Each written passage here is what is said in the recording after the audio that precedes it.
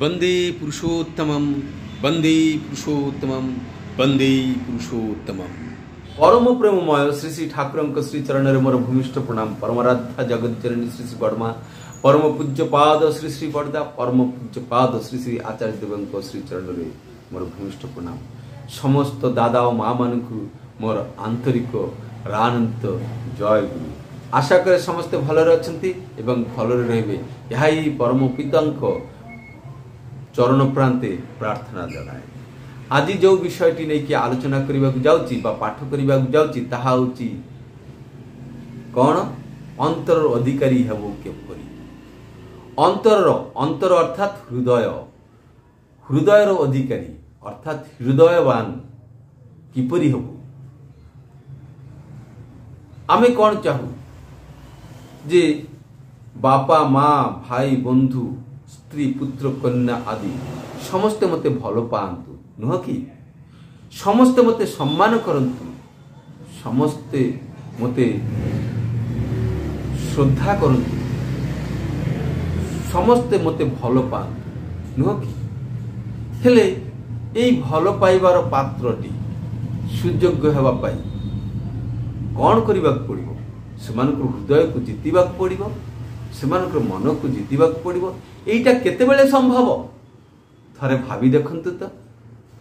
सेतेबेले ही संभव जेतेबेले आमे सेमानकु भल पाइबु न कि सेमानकर प्रयोजनीय जिनिस वस्तु किंबा आचार व्यवहार जहा किछि अछि सब किछि सेमानकर मनोपित बा ग्रहण योग्य हब सेतेबेले ही सेमाने मते श्रद्धा करिवे, सम्मान करिवे, बापा माँ स्नेह करिवे, आदर करिवे, सम्मानर पात्र हेइ परिबे नुह कि।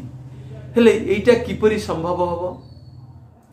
एइटा आमे केतेबेले एइ समस्तंकर अंतरर अधिकारी हेइ परिबु, केतेबेले किपरि भाबरे चलिले कोन कले से विषय आज एइ भिडियोटी रे आलोचना करा जिवो। तो आसंतु आज आमे प्रथमे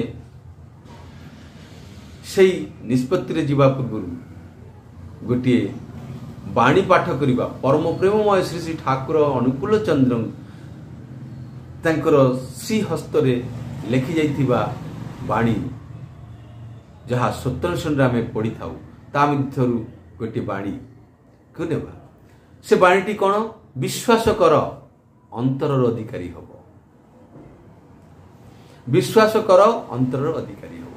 परम पूज्यपाद श्री श्री बड़दा को सम्मुख रे एई बाणी पाठ होला परे से रानी मुखर्जी को पाठ करिवार आदेश कले। से बाणीटी पाठ करला परे चुप रहिले। यहा देखि श्री श्री पितृदेव कहउचंती जे आम्हे काहाकु विश्वास करबु, आमे विश्वास करिबु काहाकु आउ किए बा किए अंतरर अधिकारी हबो। अंतरर अधिकारी हेले भी कौन हबो कुह, बुद्धि करिकी कुह।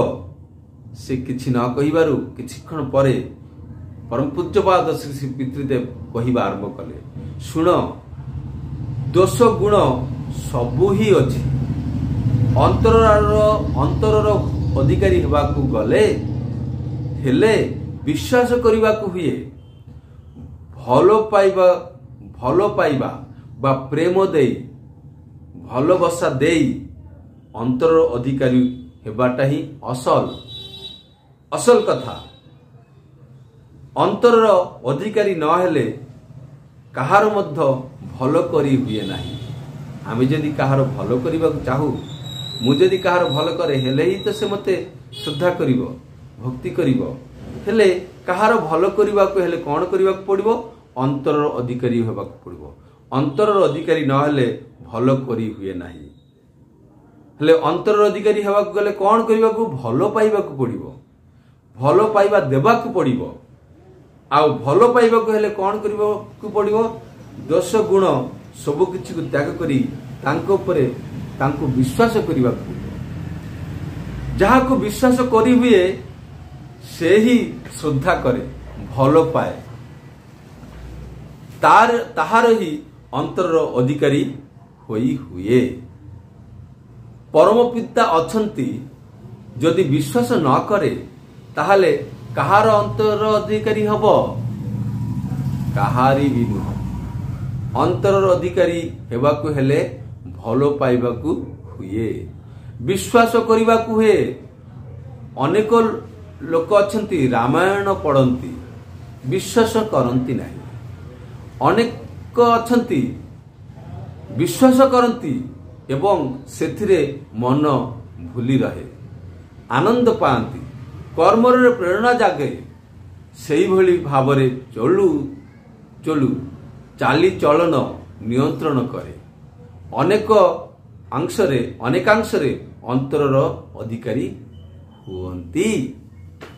ଏବେ ଏଠି କଥାଟି ଆସିଛି ଅନେକାଂଶରେ, ଅନେକଟା ଅନ୍ତରର ଅଧିକାରୀ ହୋଇ ଉଠନ୍ତି। କେତେବେଳେ ହୋଇ ଉଠନ୍ତି? ଯେତେବେଳେ ସେ ପରମ ପିତାଙ୍କୁ ବିଶ୍ୱାସ କରନ୍ତି, ଭଲ ପାଆନ୍ତି, ପ୍ରେମ କରନ୍ତି।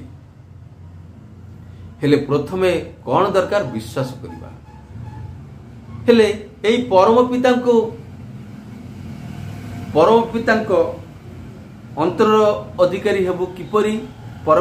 ପରମ ପିତାଙ୍କୁ ବିଶ୍ୱାସ କଲେ, ଭଲ ପାଇଲେ, ତାଙ୍କ ଚିନ୍ତାରେ, ତାଙ୍କ କଥାରେ, ତାଙ୍କ ବାଣୀରେ, ତାଙ୍କର ଭାବରେ ଭାବିତ ହୋଇ ମନ ଡୁବି ରହେ ଏବଂ ସେଇଭଳି ଭାବରେ ଚଳୁ ଆମର ଚାଲିଚଳନ, ବୃତ୍ତି, ପ୍ରବୃତ୍ତି, ବ୍ୟବହାର, ଚରିତ୍ର ସବୁକିଛି ନିୟନ୍ତ୍ରିତ ହୋଇ ଆସେ।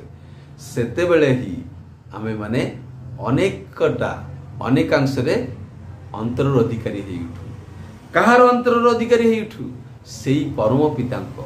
ହେଲେ ପରମ ପିତାଙ୍କ ଅନ୍ତରର ଅଧିକାରୀ ଯେତେବେଳେ ଆମେ ହେଇଉଠୁ, ସେତେବେଳେ ଆମେ ସମସ୍ତଙ୍କର ଅନ୍ତରର ଅଧିକାରୀ ହେଇ ଉଠିପାରୁ। କାରଣ ପରମ ପିତାଙ୍କ ସନ୍ତାନ ସମସ୍ତେ, ଯିଏ ତାଙ୍କର ଶରଣାପନ୍ନ ତାଙ୍କର ବି, ଯିଏ ଶରଣାପନ୍ନ ହୋଇନାହାନ୍ତି ତାଙ୍କର ବି। ଆଉ ପରମ ପିତା ସମସ୍ତଙ୍କୁ ବିଶ୍ୱାସ କରନ୍ତି, ଭଲ ପାଆନ୍ତି, ଦୟା କରନ୍ତି। ସେ କେତେବେଳେ ମଧ୍ୟ ଦୟା କରିବାରେ କାତର ହୁଅନ୍ତି ନାହିଁ। ଯିଏ ଯେମିତି କରନ୍ତି ସେଇଭଳି ଭାବରେ ଫଳନ୍ତି। କିନ୍ତୁ ବିଶ୍ୱାସ ରଖନ୍ତି ଯେ ଇଏ ଦିନେ ନା ଦିନେ ମୋ ପାଖରେ ଆସିବ। এই ବିଶ୍ୱାସ ରଖନ୍ତି। ଦୋଷ ଗୁଣ ସମସ୍ତଙ୍କୁ କ୍ଷମା କରିଦିଅନ୍ତି।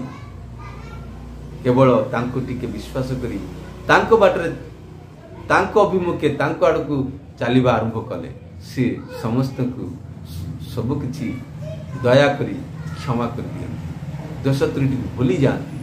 ସେ ଟିକକ ବିଶ୍ୱାସ କଲେ।